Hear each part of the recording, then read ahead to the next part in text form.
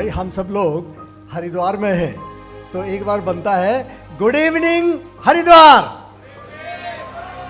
जय हिंद हरिद्वार।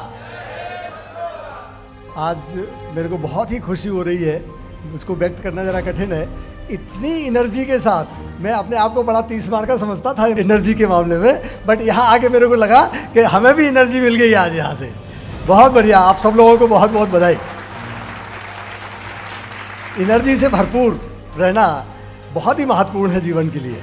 आज हम लोग इस कंपनी की पहली वर्षगांठ मना रहे हैं, फर्स्ट एनिवर्सरी। एक बहुत महत्वपूर्ण है। ऐसे समय पे कभी कभी हमको मौका मिलता है थोड़ा सा आत्मचिंतन करने का, थोड़ा सा अपने को अपने बारे में सोचने का।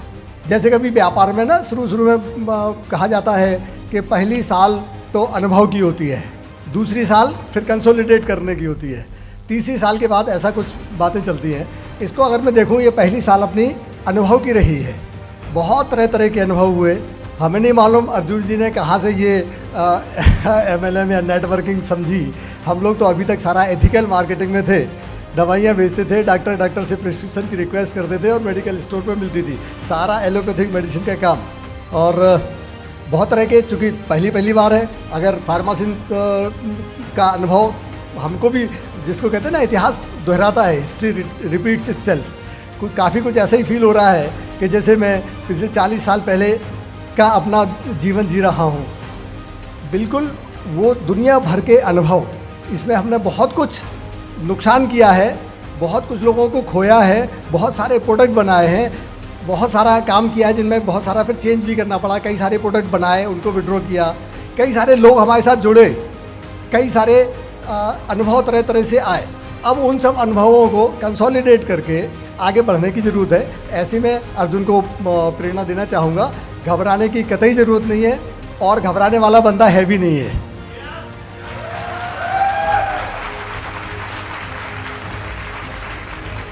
जो ये भारत माता मंदिर की बात कर रहे हैं ना, उसका बीज डालने का काम इसी का किया हुआ है। जब ये 12th में पढ़ते थे 2007, उस समय देश की 150 स्वतंत्रता संग्राम के, पहले स्वतंत्रता संग्राम की 150वीं जयंती मनाई जा रही थी। मतलब 1857 का जो पहला स्वतंत्रता संग्राम हुआ था, उसके 150 साल हुए थे 2007 में। That time he was in 12th class. दुनिया भर के कार्यक्रम हो रहे थे। मेरठ तो उसका आंदोलन की शुरुआत ही थी। मेरठ से कई जुलूस निकल रहे थे, कई जगह कार्यक्रम हो रहे थे। थोड़ा सा अपना रुझान उस तरफ रहा है शुरू से ही, शायद परिवार भी पीछे की बैकग्राउंड ऐसी रही। तो इनको बचपन में हमारे साथ जाते थे, देखते थे। एक बार आके बोले कि पापा मैं भी कुछ करना चाहता हूँ। इनको कंप्यूटर का बड़ा शौक था, कुछ करना चाहता हूँ। तो हमने कभी सोच क्या कर सकता है, 150वीं सालगिरह मनाई जा रही है स्वतंत्रता संग्राम की। बोले मैं 150 स्वतंत्रता सेनानियों के चित्र और उनकी जानकारी इकट्ठा करूँगा। तो मैं पहले घबराया सुन के, 150 अभी हम लोग आपस में पूछें जरा कुछ स्वतंत्रता सेनानियों के नाम गिनाओ, तो 5-7 तो फटाफट गिना देंगे, है ना। थोड़ा 5-7 सोच के गिना देंगे, और अगर उस तरह का थोड़ा सा बैकग्राउंड होगा तो 5-7 और सुना देंगे। इसने 150 बोला तो मैं भी चक्कर खा गया कि 150 स्वतंत्रता सेनानी की जानकारी इकट्ठा करना। और साहब ये पढ़ाई तो जैसा भी करते थे पता नहीं, लेकिन इन्होंने 150 स्वतंत्रता सेनानियों की जानकारियाँ और उनके चित्र इकट्ठे किए। उसके लिए इनको जाने कहाँ जाना पड़ा, सरकार के दफ्तरों में भी जाना पड़ा, शास्त्री भवन में भी जाना पड़ा। मतलब उस समय शीला दीक्षित जी थी CM, उनने इसको एक अथॉरिटी लेटर दिया कि साहब इस बच्चे को जहाँ भी जाना है, जो भी काम करना है, इसको करने की इजाज़त दी जाए। तो झिक्की तो है। उसी तरह से जब ये 12वीं पास कर लिए, मतलब 150 जब इन्होंने इकट्ठी करी, तो फिर हमको लगा कि मेरे को भी कुछ करना चाहिए। तो उसकी एक पुस्तक बनवाई, 10,000 पुस्तकें उसकी लोगों ने मतलब डिस्ट्रीब्यूट हुई। 150 स्वतंत्रता सेनानियों के चित्र और उनके बारे में थोड़ी सी जानकारियाँ इकट्ठी करी गई। उस समय 12th पढ़ भी रहे थे। 12th का बच्चा कितना होता है, कितनी सोच होती है। जब 12th पास कर लिए तो उसके बाद फिर एक चौराहा है ना, अब क्या किया जाए, है ना। इसकी इच्छा थी इंजीनियरिंग करने की, मेरी इच्छा थी मेडिकल कर ले, वातावरण की इच्छा थी कि फार्मेसी करे। तो कई सारी जगहों में उलझ गया, और कहीं तो भी कुछ मैं कंफ्यूज हुआ। बट इसको क्लियर था, बोला साहब मैं तो चार्टर्ड अकाउंटेंसी करूँगा, CA करूँगा। अरे मैंने कहा यार बनी का बेटा, साला क्या करना तेरे को, चार्टर्ड पास कर पाएगा। CA एक ऐसी क्वालिफिकेशन है जिसको खरीदा नहीं जा सकता। आप मेडिकल खरीद सकते हैं, इंजीनियरिंग खरीद सकते हैं, डोनेशन दे के एडमिशन ले सकते हैं, बट सीए तो आपको अपनी मेहनत से ही करना पड़ेगी। अभी तक तो फिलहाल यही स्टेटस है कि सीए कोई खरीद नहीं सकता। अब लग गए जी हम तो सीए करेंगे। काफ़ी मना करने के बाद भी ना झिक्की तो थे ही, एक बार फेल भी हो गए। सारे एग्ज़ाम दर पास किए, एक फाइनल की एग्ज़ाम में रह गए। तो अब लगा के है फेलियर का निशान लग जाएगा कि सीए नहीं किया करके फिर आएगा बिजनेस में, तो ज़िंदगी भर ये रहेगी कि सीए नहीं कर पाया जी, सीए नहीं कर पाया जी, ऐसा ही है लड़का। बट उसने हिम्मत नहीं हारी और डटा रहा और सीए कर लिया।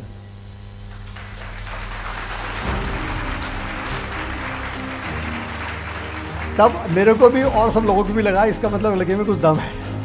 कहाँ रुकने वाले थे, अपने आप से एग्ज़ाम दे लिया, लीड्स यूनिवर्सिटी में एडमिशन भी ले लिया, वहाँ से स्कॉलरशिप भी ले ली, फिर तो कैसे मना कर सकते थे, जाने ही जाना था। और अभी भी जब ये आर्टेक्स शुरू करी है, हमें पता था इसमें इनिशियली बहुत सारी हर्डल्स आएंगी, बहुत सारी तकलीफ़ें आएंगी, पता नहीं क्या क्या, हम उसको कोई अनुभव भी नहीं दे सकते। मेरे को इस लाइन का कोई अनुभव भी नहीं था, बट बंदे ने काम किया। और मैं अर्जुन को कहना चाहता हूँ, बिल्कुल घबराने की ज़रूरत नहीं है, डटे रहो, परसिस्टेंस से सफलता मिलती है, कोई चिंता की बात नहीं है? सफलता के लिए जिद चाहिए, पैसा नहीं चाहिए। पैसा तो सब व्यवस्था हो जाती है ना? जिद चाहिए और जिद में लगा रहेगा तो सफलता भी मिलती है। तो मैं इस मंच से आप सब लोगों के सामने इसको भरोसा दिलाना चाहता हूँ, बेटा लगा रहना, सफलता कदम चूमेगी। भारत माता की,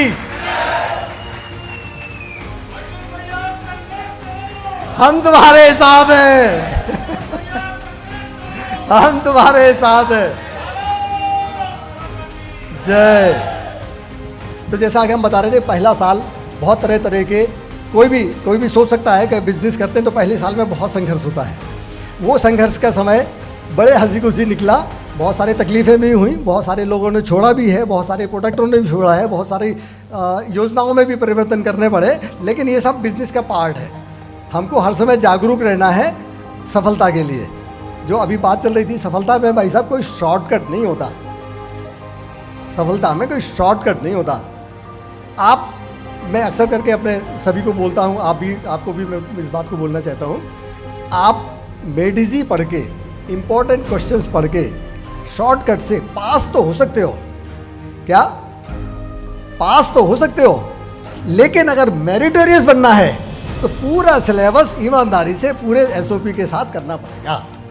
मेरिटोरियस बनना है तो आपको पूरा सिलेबस पूरी ताकत से, पूरी ईमानदारी से पढ़ना पड़ेगा।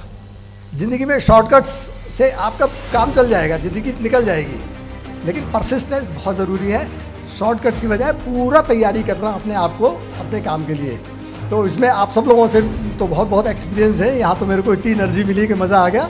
निश्चित रूप से परसिस्टेंस बहुत चाहिए। बच्चन साहब की वो लाइन याद आती है, एक राह पर ध्यान लगाकर तू चला चल, एक राह पर ध्यान लगाकर तू चला चल, उसी राह पर तुझे मिलेगी मधुशाला,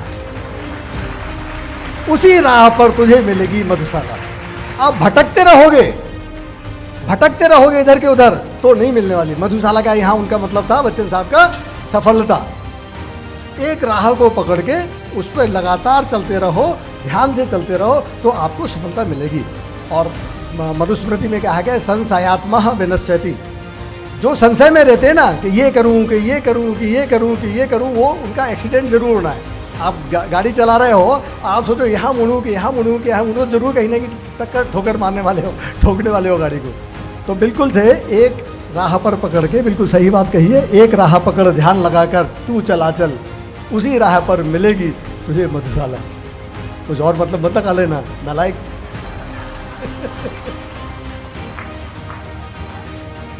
एक बात मैं और ज़रूर कहता हूँ, वो डीएनए में भी ट्रांसफ़र होती है। बिल्कुल फेयर बिजनेस करना है।